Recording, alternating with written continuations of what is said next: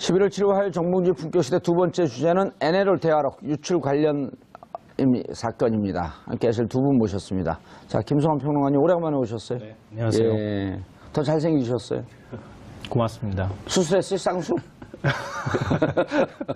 이거 원래 모태입니다. 아, 그래요? 네. 자, 그 조대진 변호사님 자리하셨습니다. 안녕하십니까. 예. 자리 바뀌었는데 좋죠? 네. 그러네요. 예. 네. 좀 친근감이 있고. 근데 왜 방송사 테이블은 항상 예. 좀 안쪽이 좀 깊으면 발 집어넣기가 편할 텐데. 아, 이거요? 이렇게. 급조돼서 싸게. 싸게 아니, 하려고 그래도 제자리 이쁩니다. 뚫어놨어요. 근데 거기까지 뚫어놓으면 이게 주저앉는다 그래갖고. 예. 알겠습니다. 그래도 훨씬 좋습니다. 저는 이렇게 막혀서 막 걷어차고 뚫어버리거든. 자, NLL. 아, 이게 청와대가 움직였다 그래요? 네. 내용이 어떻게 된 거지, 참. 너무 놀라가지고 사실 예. 이 많은 분들이 정말 이 정도까지 했을 줄이야 생각을 못 하신 분들이 굉장히 많을 것 같아요. 많은 분들이 아마 다 아실 거예요. 예. NLL 대화록이 공개가 되는 바람에 정상회담 아니에요? 네, 북한에서도 발끈했잖아요. 정상회담 한 거 그렇게 공개하면 어떡하냐. 노무현 전 대통령이 NLL 포기 발언했다. 뭐 이렇게 해서 지금 그 당시에 이제 새누리당 의원이죠. 예. 새누리당 쪽에서 공개를 했죠. 정문원 의원. 네, 정문원 의원이 공개하고 그다음에 김무성 당시 이제 의원은 아니지만 전 예. 의원 신분으로 공개하고 이렇게 하면서 권영세 뭐 난리가 났었죠. 엄청나게 파문이 컸었는데 나중에 알고 보니까 그게 국정원 작품이더라. 예. 이렇게 된 거죠. 그러니까 이게 2009년 5월이었는데요. 원세훈 국정원장의 지시로 원래 남북 정상회담 회의록은 103쪽에 달하는 겁니다. 예. 근데 그거를 10쪽짜리로 발췌본을 만듭니다. 발췌본을 만든 다음에 그걸 이제 청와대에다가 국정원에서 만들어서 청와대에다가 줬다는 거죠. 이 청와대 외교안보수석실 쪽으로 해서 넘겨줬는데 예를 들면 이명박 전 대통령한테 가는 거는 우리 국가 기밀망이 있으니까 그 망을 통해서 그냥 바로 직보를 하는 형태로 갔고 나머지는 이제 대통령 비서실장이나 외교안보 수석실이나 이런 쪽으로는 인편으로 해서 넘겨줬다고 하는 거죠. 근데 그 당시 시점이 2009년 5월 하면은 잘 아시겠지만 노무현 전 대통령 수사가 한창 진행 중이던 시점이었습니다. 예. 그러니까 일종의 망신주기용 비슷하게 뭔가를 준비했었던 거 아니냐, 모종의 이런 추측이 지금 나오고요. 근데 그 당시에는 공개가 안 됐어요. 공개가 안 되고 딱 킵하고 있었던 거죠. 킵하고 있다가 지금 이제 공개된 내용을 보자면 상황이 노무현 대통령 수사나 이런 상황이 조금 좀 불리한 상황이 되기 때문에 이 카드를 쓰려고 준비했을 개연성도 있다. 예, 추정은 해볼 수 있을 것 노무현 같아요. 대통령께서 서거하신 게 5월 23일이거든요. 네, 맞아요. 그러다 이 카드는 이제 전문용어로 킬되고 없어지고 갑자기 노무현 전 대통령이 돌아가시니까. 스스로 목숨을 이제 끊으시고 난 다음에 그러니까 이제 이거는 너무 반발이 심하겠다. 그래서 그냥 딱 캐비닛 아래에 넣어놓고 기다리고 있다가 2012년 추정되는 거죠? 네, 그렇게 추정돼. 그렇게 했다가 2012년 대선 때 이거는 추정이 아니라 실제로죠. 이 카드를 다시 꺼내든 거죠. 비 오는 날 부산거리에서 네. 김무성 대표가 쫙 읽고 쫙 읽잖아요. 네, 맞아요. 그러니까 그 당시 대선 상황을 아시는 분들은 아시겠지만 51대 49 게임이라 그랬어요. 그러니까 박빙이었었던 네. 거죠. 문재인 지금 현 대통령이 당시에 이제 후보로 나가서 박근혜 전 대통령하고 붙었을 때였는데 정말 막상막하다 이런 얘기가 나올 때였거든요.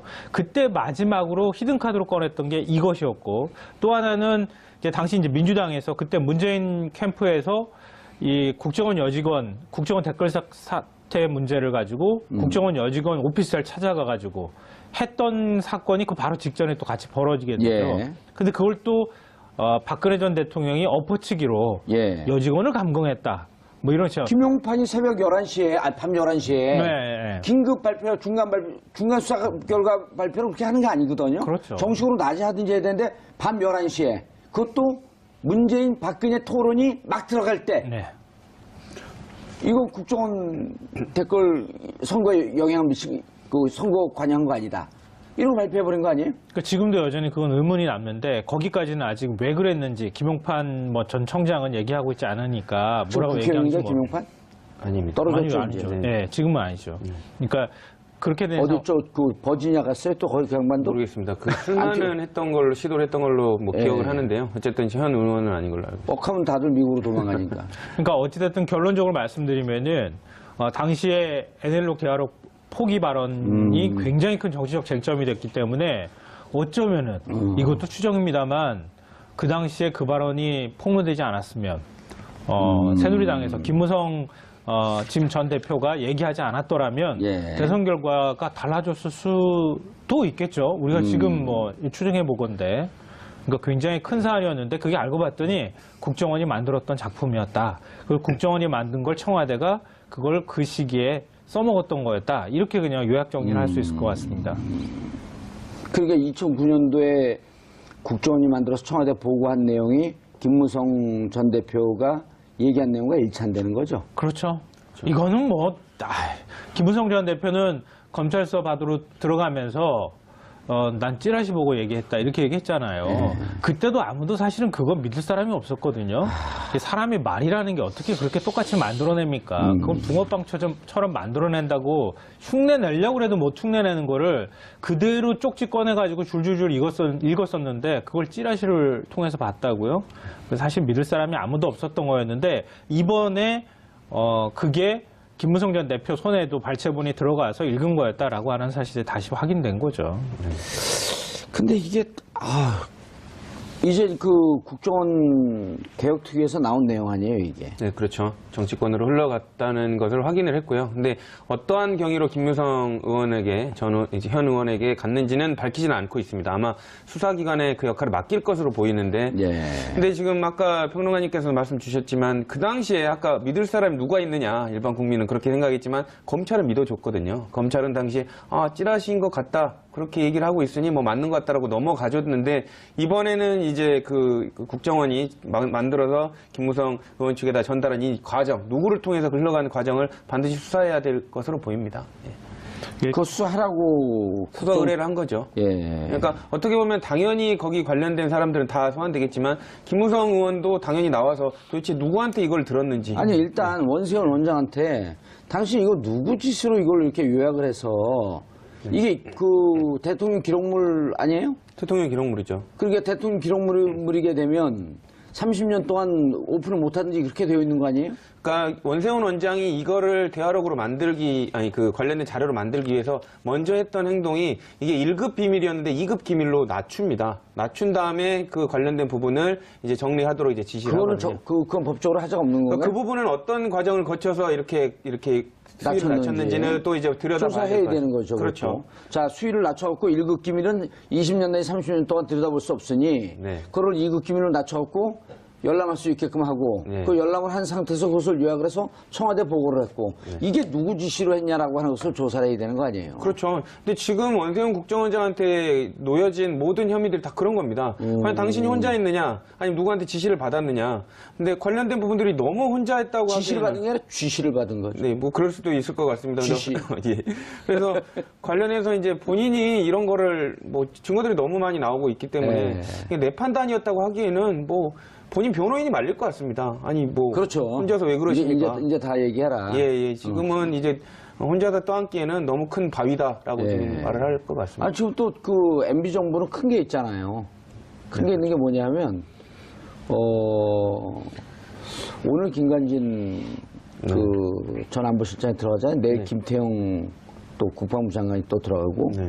그리고 이제 곧 남재준 소환할 거 아니에요? 네, 그렇죠. 남재준 소환하게 되면 남재준 국정원장이 청와대에 돈을 준 걸 당신의 창의적인 아이디어로 줬습니까? 남재준 장관이 그 실장이 뭐라 그럴 것 같아요? 저는 군인 정신 얘기할까봐 되게 겁나는데요. 예. 군인 정신으로 줬다 그럴까봐. 없어요, 그 사람. 네. 그런 거. 그래서- 근데 남재준 원장이 이렇게 얘기하겠죠. 그 직원들한테 파악을 해봤더니 관행입니다. 무슨 관행이요? 전임 정부에서도 그렇게 줬다 그러더라고요. 그렇게 되면 거기 그 원세훈 또 불러야 될 거 아니에요? 그렇죠. 이제 뭐 원세훈 전 원장 소위 말하는 예. 뭐 그냥 아니 박근혜 정부 때도 국정원에서 청와대 돈을 줬는데 MB 정부는 안 줬을까요? 그분도 돈 좋아하는 분인데? 그렇죠. 탄력을 받아서 줬다 뭐 이런 식으로 얘기를 했어요. 아니 MB 정부에서도 줬고 그 관행으로 박근혜 정부에서도 주고 이 관행이라 그러잖아요. 자기들끼리 계속. 네. 그 관행을 어느 정부에서부터 만들어졌느냐 네. 이 부분에 이제 수사력이 집중이 될 텐데요. 남재준 원장은 방금 말씀 주신 대로 의원님 말씀 주신 대로 핑계대기 좋습니다. 나는 전임 몰랐는데 정부 네. 전에 그 물길이 튀어 있었다. 그래서 물길 가는 대로 놔뒀을 뿐이지 내가 이 도랑을 내가 판 게 아니다라고 이제 핑계를 대겠죠. 근데 이제 그거를 원세훈 전 원장이 아니다. 우리 협의해서 판 거다라고 얘기할 수도 있는. 어쨌든 자기들도 줬다 그러게 되면 이제 그렇죠. 그 이명박 전 대통령. 예. 거기도 뇌물로 딱 걸리는 거 아니에요? 그렇죠. 이제 엮어가기인 거죠, 이제. 엮어간다는 게 좀 이상하네요. 네. 있는 사실을 쫓아가는 네, 거죠. 네, 그렇죠. 예. 확인해 간다라고 정정하도록 하겠습니다. 근데 이게 이제 보도가 된 내용들이고 이제 우리가 뭐 추정까지도 좀 섞고 그러는데 이게 한 나라가 이렇게까지 갈 수 있나요? 뭐 지금 자유한국당에서는 정치 보복이다. 뭐 심지어는 국민의당 안철수 대표는 이 복수국이다 이렇게 표현을 하고 이건 있는데요. 팩트 아닌가요, 근데? 네, 그렇죠. 근데 사실 뭐 완전한 팩트라고 보기에는 예. 아직까지 검찰 사법적인 수사가 판단을 들어갔으니까. 받지는 않은 것이니까 완벽한 팩트에서 좀 모자란다. 근데 우리가 합리적 추정을 하기에는 충분한 정도의 사실관계가 공개가 됐다 이렇게 네. 볼 수 있을 것 같은데요. 왜냐하면 국정원이 개입됐다는 거를 국정원 개혁위원회가 얘기를 하고 있으니까 자복하고 있으니까 사실 우리가 그랬거든요 라고 말하고 있는 거를 그걸 국민이 상식적으로 믿는 건 너무나 당연한 거잖아요. 예. 우리가 거기에 기초해서 얘기할 수밖에 없는 건데 계속 공개된 내용들을 보면서 이전의 정권을 정말 사유화했던 거 아닐까 하는 생각을 하게 돼요, 저는. 그러니까 대통령이 어떤 국민들의 비판 여론이 들어오게 되면, 예를 들어서 이명박 전 대통령의 경우에도 광우병 사태 터지고 난 다음에, 그때 촛불 시위가 한창 일고 난 다음부터 사실 좀 예. 변하는 모습을 보였다는 거잖아요, 예. 지금. 그것들을 보면서 아마 그랬겠죠. 본인 스스로는 뭐 선의로 이해하자면 나는 대통령직 진짜 멋있게 할 거야. 예. 나는 진짜 이전하고는 정말 다르게 정말 한번 멋있게 해볼 거야 이랬는데 갑자기 훅 공격이 들어온 것 같은 느낌을 받은 거겠죠. 공격이 훅 들어오고 난 다음에 이거 뭐야? 내가 지금 이 나라의 대통령 맞아? 라고 하는 생각을 했을 것 같고 예. 그러면서 자기 앞에 수많은 권력들 자기가 움직일 수 있는 수족들이 너무 많다는 사실들을 본인이 깨달았던 아니면 누군가 얘기했겠죠. 국정원이 그다음 원세훈 원장이었다 그러면 원세훈 원장이 이렇게 하시면 안 됩니다. 이거는 우리가 한테 맡겨주십시오라고 했다던가 아니면 당시에 청와대가 뭔가 그림을 그리면서 야 이대로는 안 되겠다. 그래서 국정원 한번 그림을 만들어 와라고 얘기를 했던가 그랬었겠죠. 전자든 두자든 아니라고 정두원 의원은 얘기를 해요. 정두원 의원은 뭐라고 설명하나요? 그렇게 창의력으로 할 사람 아니고 그냥 무조건 무대뽀로 그냥 시키는 대로만 할 사람이다. 시키는 그럼 대로. 그럼 시키는 것은 2009년 2월에 임명됐기 때문에 이제 그분의 얘기를 해갖고 좀 해석을 해보면 2009 전문가 아니에요. 이명박 전문가, 원세훈 네, 그렇죠. 전문가. 원세훈하고는 20년 동안 서울시에 같이 있었으니까. 2009년 2월에 원세훈 임명됐는데 임명될 때부터 불행이 시작됐다는 거예요. 2008년도에 촛불 공격을 받고 이제 그쪽 표현을 따르면 촛불 공격을 받고 이거 큰일 났구나. 그러면서 촛불의 배우는 누구야? 저 촛값은 누가 돈을 냈어? 그게 그분의 사고방식이거든요. 배우 세력이 있어서 자기를 공격하려고 하는 좌파 세력이 있다 이렇게 보고 네네. 그럼 이걸 막을 수 있는 충직한 사람은 원세훈밖에 없다. 그러니까 이 모든 그림은 청와대 작품일 가능성이 높다는 거죠. 저도 그렇게 비슷하게 말씀드린 거예요, 사실. 아니, 원세훈 원장이 독자적으로 창의적으로 이런 아이디어를 낼 수는 없을 거다. 어떻게 원세훈 원장 혼자 머리에서 나올 수 있었겠어요. 예. 아무리 국정원장이지만 국정원장을 보좌하는 조직이라는 게 있는 거고요. 우리나라 공기업 어느 공기관을 가더라도 기관장 되면요. 그 밑에 기관장을 뒷받침할 만한 사람들이 그럼요. 생겨요. 예. 다. 그래서 어떻게 하면 좋니? 이렇게 물어봤을 거고 물어보면 누군가 얘기하지 않았겠습니까? 그중에 마음에 드는 거 밟아야 됩니다. 그냥. 마음에 드는 거 골랐겠죠. 예. 골라가지고 그림을 만들려고 했었을 거고 그 중에 하나가 이번에 이제 얘기가 됐던 것처럼 NLL 대화록 문제였을 거라는 거예요. NL을 포기했다라고 하는 것은 우리 국민들 감정, 이른바 이제 그 애국심에 호소하기도 무조건 지지율 올라가는 국민들이거든요. 애국심에 얼마나 충실해요. 근데 포기했다면 거기에 내용도 잘 몰라요, 사실. 노무현 대통령이 얘기했던 것은 선으로 되어 있는 건 맨날 싸우니 선을 면으로 바꿔서 공동 어로 수용을 만들자 이 얘기였었거든요. 네, 맞아요. 근데 그거를 NLL 포기했다고 포기했다고 이렇게 주장을 했으니까 그것도 더군다나 발췌록으로 만든 10페이지짜리 딸랑 보고 예. 103쪽이나 되는 것들을 발췌한 것들을 가지고 국정원에서 어떻게 자신의 발췌를 입맛에 했는지 맞게. 모르겠지만 네. 그렇죠. 그걸 청와대가 쥐고 있으면서 기다렸다가 때를 보고 2012년도에 공개를 했다 이렇게 봐야 되는데요. 예. 저는 이번 문제가 크게 세 가지로 정리될 것 같아요. 첫째로는 정치적으로 남북 정상회담 대화록 대통령 기록물을 마음대로 이용했다. 특히 대선 기간 동안에 정치적 의도를 갖고 차기 일종의 미래 권력을 만든다고 하는 측면에서 사용했을 가능성이 굉장히 높다. 그러니까 우리가 얘기하는 것처럼 이명박 박근혜 정부라고 하는 게 연결될 수밖에 없다는 맞아요. 게 바로 그런 국민들이 현명한 지점이고요. 거예요. 어떻게 이명박근혜 정권을 그렇게 묶어갖고 얘기를 해요? 네, 맞아요. 그리고 그게 댓글 사건으로 계속 지금까지 이어져 왔던 거 아닙니까? 그리고 둘째로는 예. 김무성의 거짓말입니다. 김무성의 거짓말. 이거는 아마 제가 한 구절만 읽어드릴게요. 그 부산 가가지고 그 비 오는데 읽었다고 하는 내용이에요. 그동안 외국 정상들의 북측에 대한 얘기가 나왔을 때 나는 북측의 대변인 또는 변호인 노릇을 했고 때로는 얼굴을 붉혔던 일도 있습니다. 이거 노무현 전 대통령이 말했다고 얘기하는 거예요. 근데 대화록 원문, 정상회담 대화록 원문에는 그동안 외국 정상들의 북측에 대한 얘기가 나왔을 때 나는 북측의 대변인 노릇 또는 변호인 노릇을 했고 때로는 얼굴을 붉혔던 일도 있습니다. 이걸 어떻게 만듭니까? 이걸 문장을. 두 개가 똑같은데요? 천재를 갖다 놔도 이렇게 똑같이 못 만들겠어요. 그 다음에 나오는 것도 뭐 군부라고 하는 표현, 그 다음에 판을 깬다고 하는 표현. 우리 논문 표절할 때 몇 글자죠? 한 다섯 글자 정도가 연이어 붙어 있으면 그 표절했다고 간주한다 그러잖아요. 5단어가? 네, 5단어가. 근데 이거는 수십 단어가 이렇게 연결이 되는 건데 이걸 누가 창작해서 만들겠습니까? 그리고 김무성의 거짓말, 이걸 찌라시로 덮으려고 했다는 검찰도 문제인데요.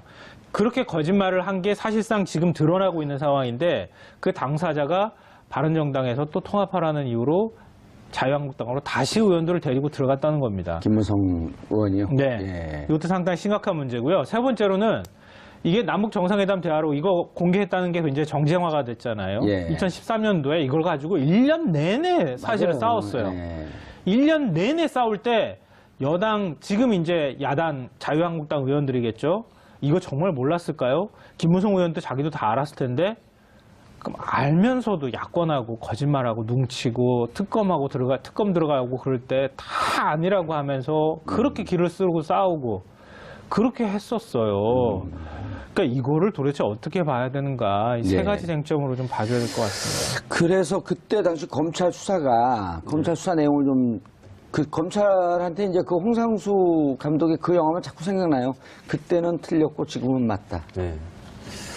검찰 진짜 반성해야 되는 거죠. 결과가 어떻게 나왔어요 그때? 일단 거기 이제 고발됐던 당사자들은 거의 다 무혐의 처리가 났었죠. 그리고 김무성 대표 같은 경우는 방금 말씀 주신 대로 거의 똑같이 읽었음에도 불구하고 검찰의 설명이 그래프 나오네요. 정문원 의원만 500만 원 약식 기소가 됐었고요. 많은 사람들이 같이 이제 고발이 됐었는데 뭐 김무성 의원, 서상기 그때 정보위원장, 조원진 의원, 조명철 의원, 윤재옥 그다음에 권영세 주중대사 전부 다 무혐의가 났고요.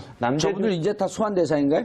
그렇죠. 뭐 줄줄이 다 소환 대상이 될 것 같고요. 특히 이제 저기에서 보면 김무성 의원하고 남재준 국정원장은 뭐 1, 2순위를 다툴 정도로 뭐 지금 선상에 올라왔다고 봐야 될 것 같아요. 남재준 국정원장은 국정원장 그 신분에서 2013년 지금 우리 김수환 평론가님께서 말씀하셨듯이 저 논쟁에 기름을 맞아요. 기름을 부어버린 거 아니에요? 그렇죠. 국정원장 입장에서는 저 자료를 2013년에 공개를 해버렸어요, 또. 그렇죠. 군인 정신으로 또 그거를 공개를 해버리셨습니다. 군인 정신이 참 욕되다고 좀 이렇게 비유하기 어려운 말인데 어쨌든 본인의 판단이라고 이렇게 얘기를 했고요. 국정원 TF에서도 이 부분이 그 남재준 원장이 여기 위에서 지시를 받아서 공개했는지 여부에 대해서는 확인되지 않았다라고 지금 말을 했거든요. 하지만 그 부분도 수사하는 과정에서 남재준 전 원장 입에서 무슨 얘기죠? 남재준 국정원장이 위에 지시를 받고 공개한 건지 본인이 공개한 건지 파악이 안 됐다는 얘기. 파악이 안 됐다는 얘기입니다. 근데 이제 이 부분은 그 TF에서는 확인을 못했지만 수사하는 과정에서 남재준 원장의 입에서 또 나올 수도 있는 부분이죠. 왜냐하면 방금 말씀드린 대로 지금은 이제 수사가 안 됐으면 모르겠지만 당사자들을 지금 불러서 지금 검찰이 확인을 해야 되는 과정이거든요. 그렇기 때문에 그런 의사결정 과정 이런 부분들을 반드시 그 질문에서 물을 수밖에 없는 상황입니다. 남재준 전 원장이요. 그림을 한번 그려보죠, 다시. 2009년도에 처음 청와대로 넘어갔죠.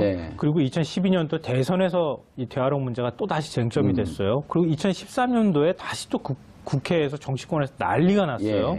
그러면 그 대화록은 어디로 휘리릭 사라지고 없는 걸까요? 정권이 바뀌었어도 갖고 있는 거죠.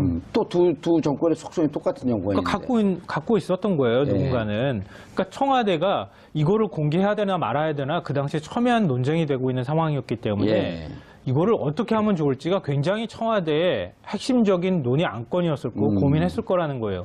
근데 이런 상황에서 남재준 국정원장이 아니 간부들이 이거 공개하시면 절대 안 됩니다. 이렇게 얘기를 하는데 이건 원장 소신이야. 그리고 국회가 가지고 확 그냥 까버렸어요.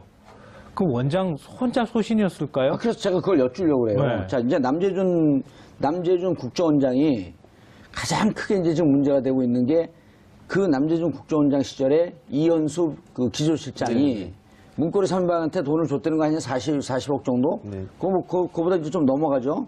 자, 이 40억 문제를 갖고 남재준 원장을 불러요. 자, 그럼 그 질문 1. 질문에, 야, 40억 너 어떻게 된 거야? 당신 판단대로 준 거야? 그러면 첫 번째 답변이 군인 정신으로 내가 알아서 줬습니다. 이게 첫 번째 답변. 두 번째가 전 잘 모르는데요. 전임 정권 때도 계속 이렇게 전임 원장 때도 해서 그 관행대로 쫓았습니다. 1번, 2번, 몇 번이요? 그거는 변호인은 당연히 2번을 얘기를 하라고 하죠. 우리 김성환 평론가님은요. 추정컨대 남재준은 잘 모르시죠? 네, 저랑 뭐 친하지는 않습니다. 남자의 남자니까 남자끼리 좀 알지. 근데 아니 본인들은 어떻게 해서든 살아남아야 되니까 예. 빠져나갈 때는 빠져나가는 논리를 만들겠죠. 예, 군인 정신 없어 이 사람. 네. 예. 뭐 이미 좀 너무 예. 그 재단적으로 그래서 2번으로 갈 돼가지고. 거다. 예, 저도 그럴 거라고 자, 봅니다. 그다음 2013년 대화를 공개할 때 대화를 왜 공개했습니까? 군인 정신으로 내가 내 뜻대로 판단해서 했습니다. 네. 가 1번. 어디 지시받고 했는데요? 위에서 하라 그래서 했는데요? 그건 너무나도 당연히 이것도 2번입니다. 2번. 예. 아니요, 전 3번이 있을 거라고 3번 생각해요. 국익을 위해서 공개했습니다. 이런 사람들이 주로 이런 논리 펴거든요. 그럼 검찰이 미워해요. 네. 아, 그런가요? 근데 아마 이제 정황상으로 아니, 미워하는지 안 하는지 얘기 좀 해주세요. 미워할 아니, 것 국익을 위해서 국정원장이 이게 사회적으로 쟁점이 되고 논란이 되니 국정원에 복사본이 있었는데 이거를 국회 차원에서 너무 쟁점화되고 있는 상황이고 많은 부분이 이미 공개가 됐기 때문에 예. 공개할 수밖에 없었다. 이렇게 근데 그 얘기할 그 그게- 눈에는 나는 거짓말을 하고 있는 중입니다. 이렇게 쓰여있죠. 아마 이제 본인이 소신은 그게 그 당시에 박근혜 전 대통령의 스타일상 본인이 소신대로 할 수 있는 상황이 아니었기 때문에 아마 검찰은 그렇게 얘기할 것 같습니다. 아니, 그러니까 1급인 걸 2급으로 낮췄거든요. 네. 그건 자기가 임의로 낮출 수 없는 거예요. 네, 그렇죠. 대통령 기록물인데. 그럼 1급에서 2급으로 낮출 때 누군가 의논을 했을 거 아니에요. 네, 그렇죠. 공개하는 것도 그 사람 공개하라 했을 거 아니에요. 예, 그렇죠. 그분은 지금 저쪽에 가 계시고. 글쎄요. 그렇게 시켰는지는 모르겠지만 예. 본인의 판단은 저는 아니었을 거 아니에요. 그 이번에 박근혜 전 대통령 재판 때 탄핵 때도 많이 느끼고 예. 또 그 기간 동안에 법과 현실의 논리를 어떻게 맞추는 게 좋을지 막 고민이 많이 됐어요. 왜냐하면 우병우 전 민정수석 보니까 다 국민들은 모두 다 죄가 있다고 생각하는데 자기는 죄가 없다고 얘기해요. 그리고 나는 이렇게 무능한 사람인데 시키는 대로 했습니다. 아니, 계속. 그러니까 그 우리가- 천재가 자기가 무능하다 그러잖아요, 스스로. 이른바 그 법조인들을 약간 좀 낮춰서 좀 폄훼하는 식의 어떤 얘기로 보면 사법연수원에서 판결문 쓰는 연습만 하다 나온 것 같은 네. 그러니까 법의 논리만 가지고 현실을 그걸 가지고 재단하는 이런 방식들 있잖아요. 법조 기계라고 그러죠. 그러니까 그렇게 해가지고 우리가 논리적으로만 문제가 없으면 나는 무죄야. 이렇게 생각하는 게 있단 말이에요. 변호사 입장에서 우병우 수석이 정말로 무죄라고 생각하지는 않을 것 같고요. 예. 본인이 알고 있을 겁니다. 잘못한 거는. 내심으로는. 저는 그렇게 생각합니다. 아, 그러길 바래요, 저도. 아니, 그리고 이게 막상 평상시에 그 힘을 주고 있었던 사람들, 예를 들어 검찰, 그 다음에 군 장성들, 이분들이 자기가 이런 수사의 대상에 오르는 순간 무척 그 심하게 떨고 있다 그러더라고. 어제 어떤 그 검찰 출신의 변호사를 만났더니. 그러니까 그래서 지금 이제 뭐 불의의 사고이긴 하지만 이런 사고가 나는 게 이런 일이 올 줄 몰랐다는 거예요. 그럴 수 있죠. 네, 그럴 수 있죠. 아니, 이제 우리 같은 사람은 감옥을 보내든 검찰 수사를 받든 뭐 놀러 오듯이 하면 되는데 그분들이 그렇게 안 된다는 거예요. 갔다 오셨기 때문에 놀러 가듯 가실 수 있겠지만 아니, 저 보통 사람은 가가지고 저는 그렇게 안 검찰 돼요. 수사를 한 8번인가 받은 것 같아요. 네. 그러니까 처음 받으시는 분들은 되게 동요합니다. 그리고 예. 더더군다나 이제 같은 법 쪽에 계신 분들은 알잖아요. 이런 예. 어느 정도, 그러니까 소위 말하는 견적이 나온다는 걸 압니다. 그렇기 때문에 내가 어떻게 처벌된다는 거, 그리고 그 사람들이 어떤 생활을 할 걸 너무나도 잘 아니까 이제 더 괴로운 거죠. 그리고 그쪽에 계신 분들은 이제 또 뭐 승승장구했던 길만 가봤기 때문에 실패란 걸 몰랐는데 나락으로 떨어진다는 그런 두려움도 더 있을 거고요. 남재준 남재준 원장은요, 40억 준 거 본인이 그 책임으로 가면 국고 손실이거든요. 특가법상의 국고 손실은 5억이 넘어가면 10년 이상 무기징역이에요. 이게 일종의 국고 횡령이거든요. 일반 회사의 횡령은 50억이 넘어갈 때 10년에서 무기징역이에요. 근데 이제 국고이기 때문에 훨씬 세요. 10배 세, 10배. 5억만 넘어가도 10년에서 무기징역이에요. 그렇죠? 특가법상의 이제 국고 손실은. 그 여기가 걸리면 이분 무기징역 살아요. 근데 이런 분들은 이렇게 얘기하겠죠. 이쪽 주문에서 꺼내가지고 이쪽 주문으로 넣는데 이게 왜 죄가 되냐. 검찰이 이렇게 그러죠. 얘기하겠죠. 계속 넣으세요. 그냥 감옥 살면서 나는 계속 넣으세요. 단 한 푼도 받은 게 없다. 이렇게 예. 얘기하겠죠. 자기 돈을 갖다가 뇌물을 준 거거든. 그리고 뇌물을 받은 사람은 임명권자. 그래서 이것은 내용 자기 돈이 중요한 아닌 거죠. 국민 세금을 갖다가 그게 쓰라고 하는 아니에요. 예산을 이쪽 호주머니에 있던 국정원 호주머니에 있던 거를 청와대 쪽 호주머니로 옮겨준 것 뿐이다 나는. 이것도 국민 세금이고 이것도 국민 세금이고 난 누구한테 잘 보이려고 갖다 바친 게 아니다. 예. 대통령이 갖고 오라고 해서 이쪽 국민 세금을 이쪽에다 갖다가 놓은 것 예. 뿐이다라고 주장하겠죠. 이렇게 주장하면요. 저는 이제 이게 사실상 그거는 이제 본인들은 그렇게 주장을 하겠지만 법상으로도 당연히 죄가 되는 게 당연하고요. 지금 누구를 위해서 아까 말씀 주신 대로 이제 대통령 그 당시 우리는 밑에 있었으니까 좀 보호해주자 이런 논리는 이제 안 통할 것 같고 사실상 데스 게임이 시작되지 않았나 싶습니다. 그 징후가 그래서 서로 죽이려고. 예, 나만 살고. 저는 그걸 언제 느꼈냐면요. 이재만 총무비서관 박 대통령이 신복 아닙니까? 긴급 체포된 지 몇 시간 안 돼서 대통령 지시라고 불어버렸거든요. 예. 이제는 본인이 안 불면 변호사하고 상담을 하고 들어갔었을 가능성이 높네요. 그렇죠. 근데 상담하는 시간 10분도 안 걸렸을 겁니다.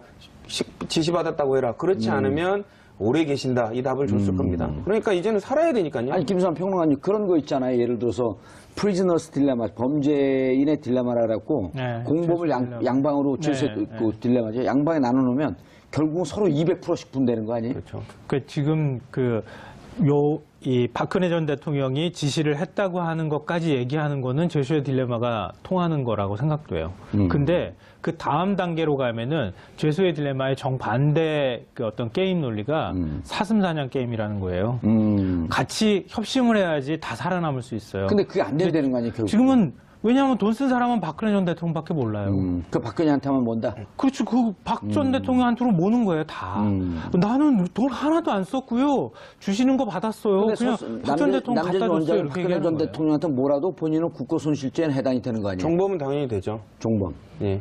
관여는 했으니까요. 네. 똑같이 나와요, 그래도 공동 글쎄요. 이게 마지막으로 방조범은 떨어지는데 공동 정범 아니에요, 이게. 이제 그 부분에 있어서 이제 남재준 원장이나 기타 그 주변의 사람들이 형을 좀 감경받는 방법이 딱 하나입니다.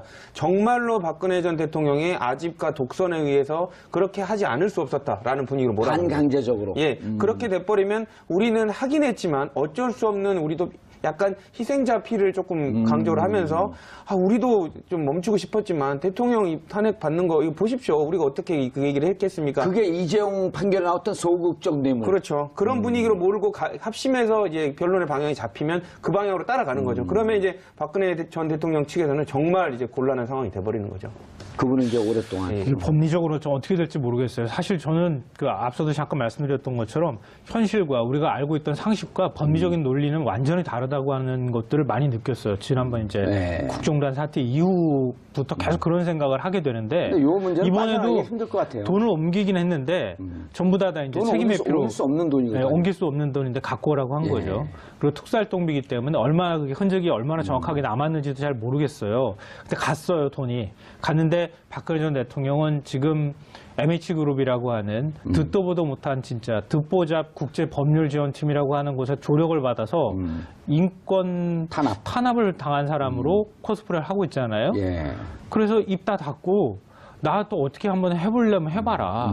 이렇게 해버리면 그러면 돈 갖다 준 사람들은 법률을 어떻게 적용할 거냐는 거예요. 굉장히 애매한 상황이 될 수도 있다고 봅니다. 알겠습니다. 국정원 댓글 수사 방해 의혹. 자, 이건 지금 어떻게 가죠, 이제? 장호중. 다 구속됐죠, 전원 다. 네, 장호중, 이재용. 이재용도 구속됐나요? 네, 다 구속됐습니다.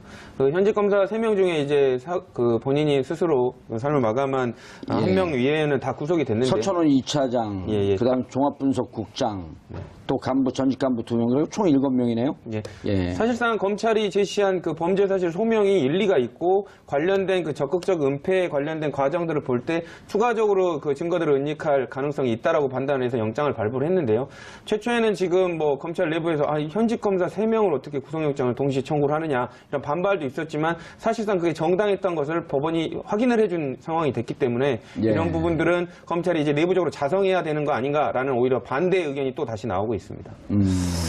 네, 고 변창훈 검사와 관련해서는 사실 세상의 모든 죽음은 다 안타까운 거죠. 그럼요. 안타깝지 않은 죽음은 없는데요. 저는 그러니까 그 사실 자체에 대해서는 뭐 예를 들면 이제 변창훈 검사를 검찰에서 조사를 할 때 공안부 말석 부서에서 평검사가 조사를 했다. 뭐 이런 거 그게 어떤 인격적인 모욕감을 느끼게 하는 한 요인이었을 것이다. 뭐 여러 가지 얘기가 나오고 있거든요. 그런 면에서는 검찰이 조금 더 세심했으면 어땠을까 하는 뭐 이런 논리는 있을 수 있다고 봐요. 거기까지는 뭐 인간적인 문제라든가 아니면은 검사로서 그동안에 엄청나게 자존심이 있었던 사람이었는데 그런 부분에서 자존심이 확실하게 명예가 많이 이제 실추되는 감정을 좀 느꼈을 거라고는 생각되는데 다만 문제는 뭐냐면은 본인이 국정원에 파견이 돼서 원세훈 전 원장 법률 보좌를 했던 거잖아요. 그렇죠. 예. 근데 만약에 시켰어요. 댓글 사건에서 조작이나 증거인멸을 지시를 해서 어쩔 수 없이 따랐다면 국정원 직원은 아니잖아요. 나 싫어요. 나 다시 검찰로 보내줘요. 라고 말했으면 빠져나갈 구멍이 저는 있었을 것 같아요. 어제 제가 또 검찰 관계자를 만났더니 그게 불가하답니다.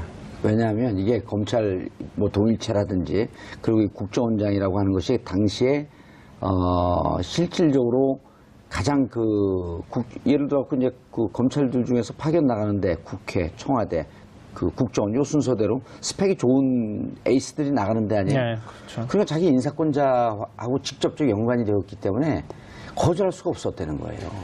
그러면은 그게 또 이제 일반 아주 밑에 있는 평검사급이면 상관이 없는데 거의 부장검사급이 부장검사죠. 그러니까 네. 승진을 염두에 둬야 되는 상황이기 때문에 23기면 올해 검사장 승진 된 사람이 기수들이거든요. 있습니다. 예.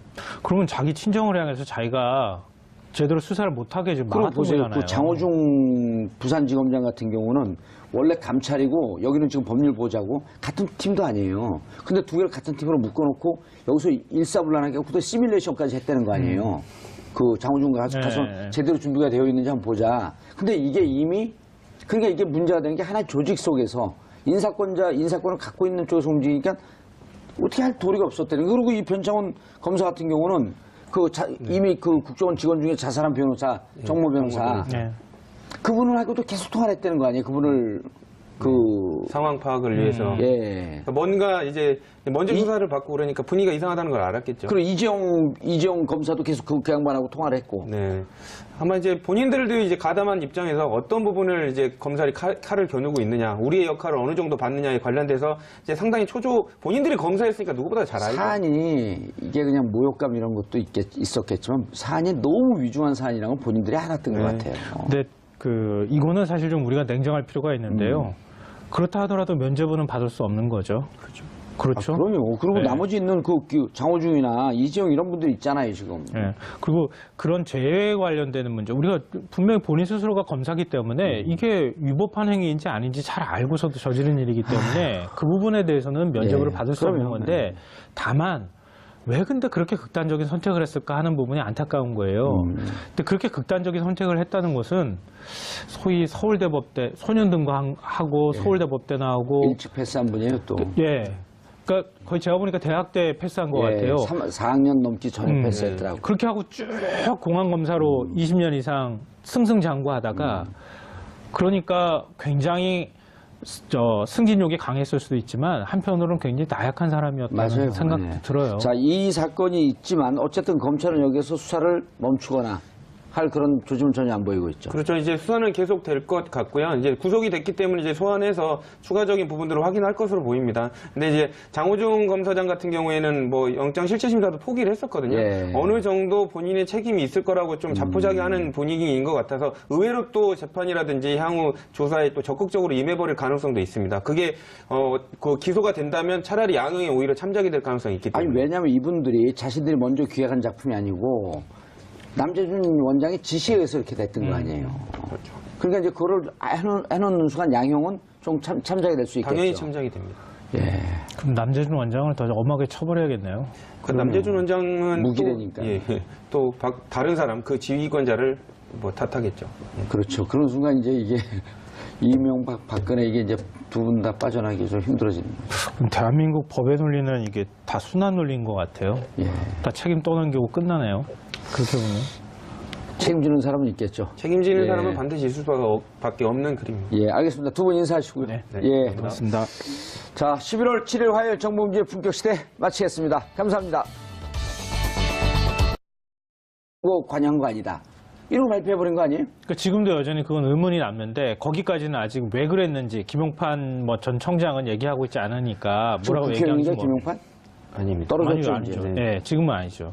그러니까 그렇게 된 어디 그 버지니아 갔어요? 또 거기 경반도? 모르겠습니다. 그 출마는 했던 걸로 시도를 했던 걸로 뭐 예. 기억을 하는데요. 어쨌든 현 의원은 아닌 걸로 알고 있습니다. 뻑하면 다들 미국으로 도망가니까. 그러니까 어찌됐든 결론적으로 말씀드리면은 당시에 에넬록 대화록 포기 발언이 굉장히 큰 정치적 쟁점이 됐기 때문에 어쩌면은 이것도 추정입니다만 그 당시에 그 발언이 폭로되지 않았으면 새누리당에서 김무성 지금 전 대표가 얘기하지 않았더라면 예. 대선 결과가 달라졌을 수도 있겠죠. 우리가 지금 뭐 추정해 보건데. 그러니까 굉장히 큰 사안이었는데 그게 알고 봤더니 국정원이 만들었던 작품이었다. 그리고 국정원이 만든 걸 청와대가 그걸 그 시기에 써먹었던 거였다. 이렇게 그냥 요약 정리를 할 수 있을 것 같습니다. 그러니까 2009년도에 국정원이 만들어서 청와대 보고한 내용이 김무성 전 대표가 얘기한 내용과 일치한다는 거죠. 그렇죠. 이거는 뭐 김무성 전 대표는 검찰서 받으러 들어가면서 난 찌라시 보고 얘기했다 이렇게 얘기했잖아요. 그때도 아무도 사실은 그거 믿을 사람이 없었거든요. 사람의 말이라는 게 어떻게 그렇게 똑같이 만들어냅니까? 그건 붕어빵처럼 만들어낸다고 흉내내려고 해도 못 흉내내는 거를 그대로 쪽지 꺼내가지고 줄줄줄 읽었었는데 그걸 찌라시를 통해서 봤다고요? 사실 믿을 사람이 아무도 없었던 거였는데 이번에 그게 김무성 전 대표 손에도 발췌본이 들어가서 읽은 거였다라고 하는 사실이 다시 확인된 거죠. 근데 이게 이제 그 국정원 개혁특위에서 나온 내용 아니에요, 이게? 네, 그렇죠. 정치권으로 흘러갔다는 것을 확인을 했고요. 근데 어떠한 경위로 김무성 의원에게, 현 의원에게 갔는지는 밝히지는 않고 있습니다. 아마 수사기관에 그 역할을 맡길 것으로 보이는데. 예.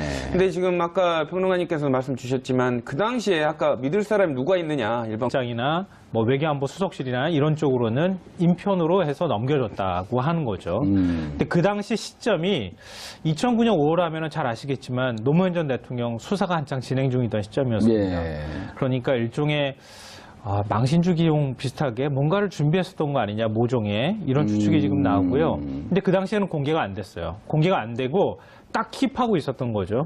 킵하고 있다가 지금 이제 공개된 내용으로 보자면 상황이 노무현 대통령 수사나 이런 상황이 조금 좀 불리한 상황이 되게 되면 이 카드를 쓰려고 준비했을 뭐 개연성도 있다. 예, 추정은 해볼 수 있을 것 노무현 같아요. 대통령께서 서거하신 게 5월 23일이거든요. 네, 맞아요. 그러다 이 카드는 이제 뭐 전문용어로 킬되고 없어지고 갑자기 노무현 전 대통령이 돌아갔으니까. 스스로 목숨을 이제 끊으시고 난 다음에 그러니까 이제 이거는 너무 반발이 심하겠다. 그래서 그냥 딱 캐비닛 아래 넣어놓고 기다리고 있다가 2012년 추정되는 거죠? 네, 그렇게 추정돼. 그렇게 했다가 2012년 대선 때 이거는 추정이 아니라 실제로죠. 이 카드를 다시 꺼내든 거죠.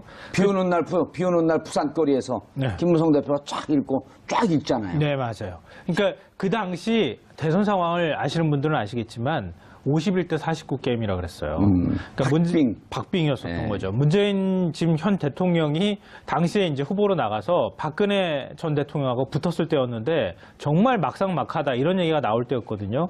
그때 마지막으로 히든카드로 꺼냈던 게 이것이었고 또 하나는 이제 당시 이제 민주당에서 그때 문재인 캠프에서 이 국정원 댓글 사태 문제를 가지고 국정원 여직원 오피스를 찾아가가지고 했던 사건이 그 바로 직전에 또 같이 벌어지게 되죠. 예. 근데 그걸 또 박근혜 전 대통령이 엎어치기로 예. 여직원을 감금했다. 뭐 이런 식으로. 김용판이 새벽 11시에, 밤 11시에 네. 긴급 발표, 중간 수사 결과 발표를 그렇게 하는 게 아니거든요. 그렇죠. 정식으로 낮에 하든지 해야 되는데 밤 11시에 그것도 문재인 박근혜 토론이 막 들어갈 때 네. 이거 국정원 댓글 선거에 영향을 미치고 청와대에 돈을 준 걸 당신의 창의적인 아이디어로 줬습니까? 남진 장관님 그 실장이 뭐라 그럴 것 같아요? 저는 군인 정신 얘기할까봐 되게 겁나는데요. 예. 군인 정신으로 줬다 그럴까봐. 없어요, 그 사람. 예. 그런 거. 그래서- 근데 남재준 원장이 이렇게 얘기하겠죠. 그 직원들한테 파악을 해봤더니 관행입니다. 무슨 관행이요? 전임 정부에서도 이렇게 줬다 그러더라고요. 그렇게 되면 거기 그 원세훈 또 불러야 될 거 아니에요? 그렇죠. 이제 뭐 원세훈 전 원장 소위 말하는 예. 뭐 그냥 아니 박근혜 정부 때도 국정원에서 청와대 돈을 줬는데 MB 정부는 안 줬을까요? 그분도 돈 좋아하는 분인데? 그렇죠. 탄력을 받아서 줬다 뭐 이런 식으로 얘기를 했어요. 아니 MB 정부에서도 줬고 그 관행으로 박근혜 정부에서도 주고 이게 관행이라 그러잖아요. 자기들끼리 계속. 네. 이제 그 관행을 어느 정부에서부터 만들어졌느냐 예. 이 부분에 이제 수사력이 집중이 될 텐데요. 남재준 원장은 방금 말씀 주신 대로 의원님 말씀 주신 대로 핑계대기 좋습니다. 나는 전임 몰랐는데 정부에서- 예. 전에 그 물길이 튀어 있었다. 그래서 물길 가는 대로 놔뒀을 뿐이지 내가 이 도랑을 내가 판 게 아니다라고 이제 핑계를 대겠죠. 근데 이제 그거를 원세훈 전 원장이 아니다. 우리 협의해서 판 거다라고 얘기할 수도 있어요. 어쨌든 자기들도 줬다 그러게 되면 이제 그렇죠. 그 이명박 전 대통령 예. 거기도 뇌물로 딱 걸리는 거 아니에요? 그렇죠. 이제 엮어가기인 거죠, 이제. 엮어간다는 게 좀 이상하네요. 네. 있는 사실을 쫓아가는 거죠. 네, 그렇죠. 예. 확인해 간다라고 정정하도록 하겠습니다.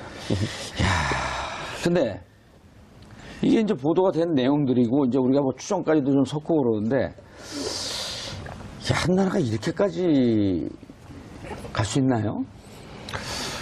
뭐 지금 자유한국당에서는 정치 보복이다. 뭐 심지어는 국민의당 안철수 대표는 복수국이다 이렇게 표현을 하고 이건 있는데요. 팩트 아닌가요, 근데?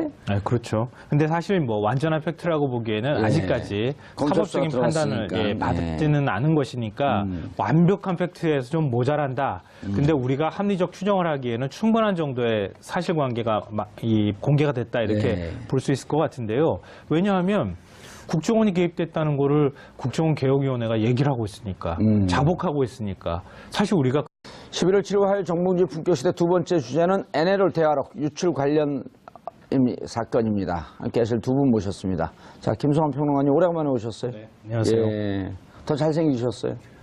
고맙습니다. 수술했어요, 쌍수? 이건 원래 모태입니다. 아, 그래요? 네. 자, 그 조대진 변호사님 자리하셨습니다. 안녕하십니까. 예. 자리 바뀌었는데 좋죠? 네. 그러네요. 예. 네. 좀 친근감이 있고. 근데 왜 방송사 테이블은 항상 예. 좀 안쪽이 좀 깊으면 발 집어넣기가 편할 텐데. 이거요? 이렇게. 급조돼서 싸게. 싸게 아니, 그래도 한다고 이쁩니다. 제자리 뚫어놨어요. 근데 거기까지 뚫어놓으면 이게 주저앉는다라고. 예. 알겠습니다. 그래도 훨씬 좋습니다. 저는 이렇게 막혀서 막 걷어차고 뚫어버리거든. 자, NLL. 이게 청와대가 움직였다 그래요? 네. 내용이 어떻게 된 거지? 참, 이게. 너무 놀라가지고 사실 예. 이 많은 분들이 정말 이 정도까지 했을 줄이야 생각을 못 하신 분들이 굉장히 많을 것 같아요. 많은 분들이 아마 다 아실 거예요. 예. NLL 대화록이 공개가 되는 바람에 정상회담 아니에요? 네, 북한에서도 발끈했잖아요. 정상회담 한 거 그렇게 공개하면 어떡하냐. 노무현 전 대통령이 NLL 포기 발언했다. 뭐 이렇게 해서 지금 그 당시에 이제 새누리당 의원이죠. 예. 새누리당 쪽에서 공개를 했죠. 정문원 의원. 네, 정문원 의원이 공개하고 그다음에 뭐 김무성 당시 이제 의원은 아니지만 전 예. 의원 신분으로 공개하고 이렇게 하면서 권영세 뭐 난리가 네, 났었죠. 엄청나게 파문이 예. 컸었는데 나중에 알고 보니까 그게 국정원 약품이더라. 예. 이렇게 된 거죠. 그러니까 이게 2009년 5월이었는데요. 원세훈 국정원장의 지시로 원래 남북 정상회담 회의록은 103쪽에 달하는 겁니다. 예. 근데 그거를 10쪽짜리로 발췌본을 만듭니다. 발췌본을 만든 다음에 그걸 이제 국정원에서요? 청와대에다가 국정원에서 만들어서 청와대에다가 줬다는 거죠. 이 청와대 외교안보 수석실 쪽으로 해서 넘겨줬는데 예를 들면 뭐 이명박 전 대통령한테 가는 거는 우리 국가 기밀망이 있으니까 그 망을 통해서 그냥 바로 직보를 하는 형태로 갔고 나머지는 이제 대통령 비서실 국민은 그렇게 생각했지만 검찰은 믿어줬거든요. 검찰은 당시에 찌라시인 것 같다 그렇게 얘기를 하고 있으니 뭐 맞는 것 같다라고 넘어가줬는데 이번에는 이제 그 국정원이 만들어서 김무성 의원 측에다 전달한 이 과정 누구를 통해서 흘러가는 과정을 반드시 수사해야 될 것으로 보입니다. 예. 그거 수사하라고 수사 의뢰를 한 거죠. 예. 그러니까 어떻게 보면 당연히 거기 관련된 사람들은 다 소환되겠지만 김무성 의원도 당연히 나와서 도대체 누구한테 이걸 들었는지. 아니 일단 원세훈 원장한테 당신 이거 누구 짓으로 이걸 이렇게 요약을 해서 이게 그 대통령 기록물 아니에요? 대통령 기록물이죠. 그러니까 대통령 기록물이게 되면 30년 동안 오픈을 못하든지 그렇게 되어 있는 거 아니에요? 그러니까 원세훈 원장이 이거를 대화록으로 그 관련된 자료로 만들기 위해서 먼저 했던 행동이 이게 1급 비밀이었는데 2급 기밀로 낮춥니다. 낮춘 다음에 그 관련된 부분을 이제 정리하도록 이제 지시를 그거는 하거든요. 그건 법적으로 하자가 없는 그러니까 건가요? 그 부분은 어떤 과정을 거쳐서 이렇게 수위를 낮췄는지는 또 이제 들여다봐야 조사해야 되는 거죠. 그렇죠. 그것도. 자, 수위를 낮춰갖고 1급 기밀은 20년 내지 30년 동안 들여다볼 수 없으니 네. 그걸 2급 기밀로 낮춰갖고 열람할 수 있게끔 하고 네. 그 열람을 한 상태에서 그것을 요약을 해서 청와대 보고를 했고 이게 누구 지시로 했냐라고 하는 것을 조사를 해야 되는 거 아니에요? 그렇죠. 근데 지금 원세훈 국정원장한테 놓여진 모든 혐의들이 다 그런 겁니다. 과연 당신이 혼자 했느냐, 아니면 누구한테 지시를 받았느냐. 근데 관련된 부분들이 너무 혼자 했다고 지시를 하기에는- 받은 게 아니라 쥐시를 받은 거죠. 네, 뭐 그럴 수도 있을 것 같습니다. 지시. 예. 그래서 관련해서 이제 본인이 이런 거를 뭐 증거들이 너무 많이 나오고 있기 때문에 네. 이게 내 판단이었다고 하기에는 뭐 본인 변호인이 말릴 것 같습니다. 아니 뭐 그렇죠. 혼자서 왜 그러십니까? 이제 다 얘기해라. 예. 지금은 이제 혼자서 떠안기에는 너무 큰 바위다라고 예. 지금 말을 할 것 같습니다. 아, 지금 또 그 MB 정부는 큰 게 있잖아요. 큰 게 있는 게 뭐냐면, 오늘 김관진 그 전 안보실장이 들어가잖아요. 내일 김태형 또 국방부 장관이 또 들어가고, 네. 그리고 이제 곧 남재준 소환할 거 아니에요? 네, 그렇죠. 남재준 소환하게 되면 남재준 국정원장이